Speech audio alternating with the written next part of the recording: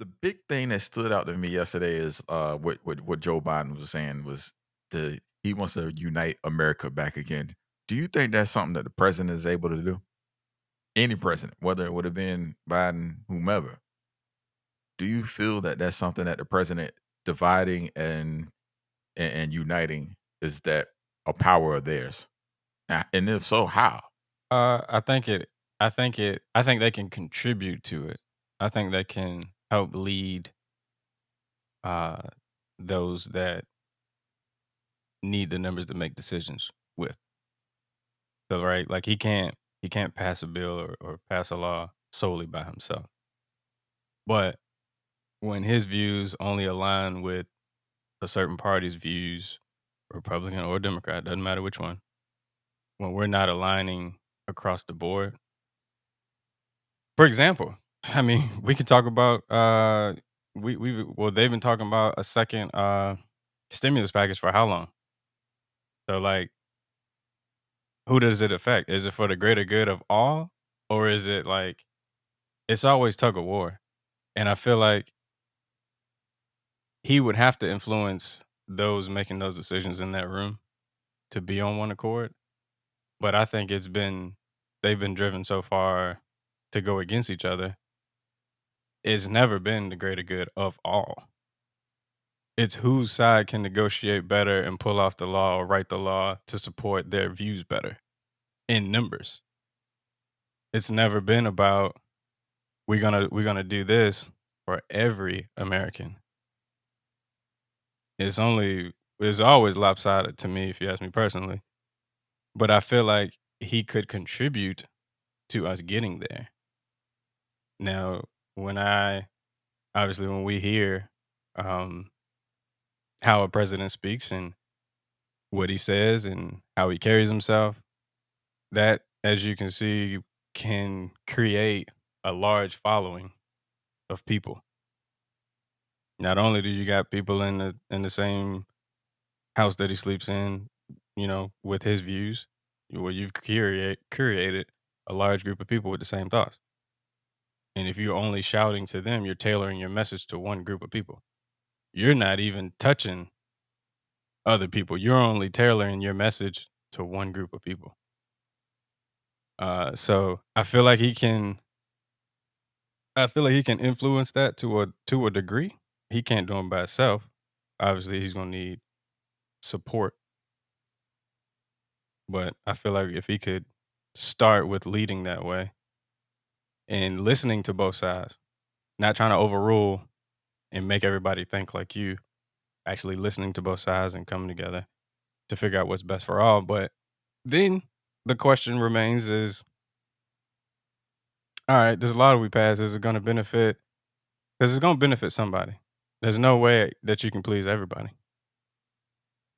So then you go back to, you know, how are we gonna make everybody happy? That is impossible. If that's the angle that you're asking the question from. But if could we lead people to be more inclusive? Could we pass more inclusive laws? Could we touch multiple people as opposed to a couple of people? I think the answer is yes. You put a stamp on that.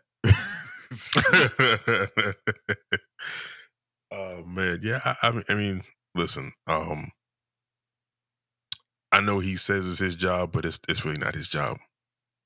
Um, the job of unification is the greater man and women, and it's going to be very hard to unify everybody.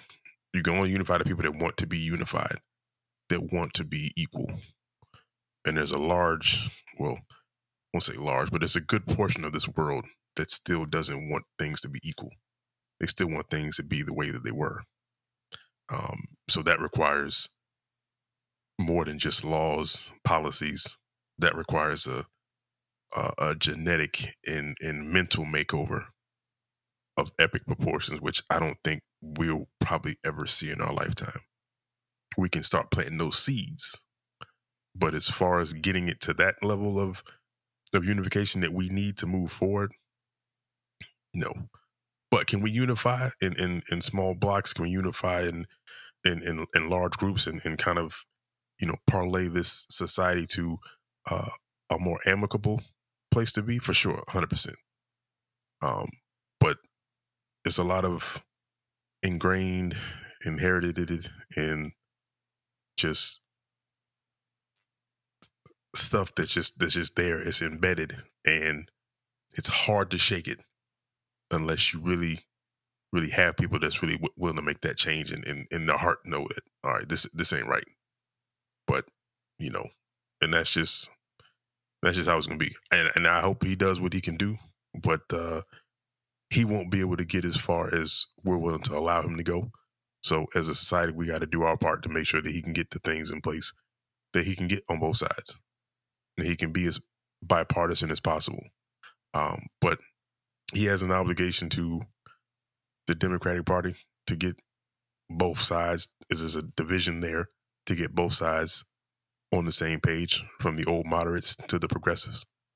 And he's got an even larger task at hand, to ensuring that the conservatives in the GOP can come to the table and put their pearls and pettiness aside and say, we're willing to go to work, try to make a better society for our citizens, the people that put us in office.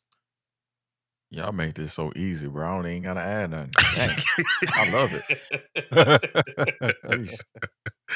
Oh man. Love thy neighbor, man. We gotta get back to that mentality, man. Yes. Yeah. Yes. 'Cause, I mean, yeesh. There's a lot of hate, man. A lot of evil in the world, man. I think just doing a little bit, just a little bit, to kind of break that up, man. Because I think a lot of people be hating people they don't even have true conversations with, or even have that sit down or have that moment, you know what I mean, to understand where that hate come from and why that hate could be mischanneled. You know what I Mhm. mean? I joke around. I say the Bloods and Crips thing a lot, but I mean, for real, it's so real, because you fighting over a color, you fighting over a thought process. Like, what makes us all unique is that we all can think of things and see things in a different point of view. So cherish that. You know what I mean? And be okay with being wrong, or be okay with like hearing somebody else's opinion be different. Absolutely. Like, I ain't trying to tell y'all how to live, man. I'm just trying to get y'all a little perspective. That's all.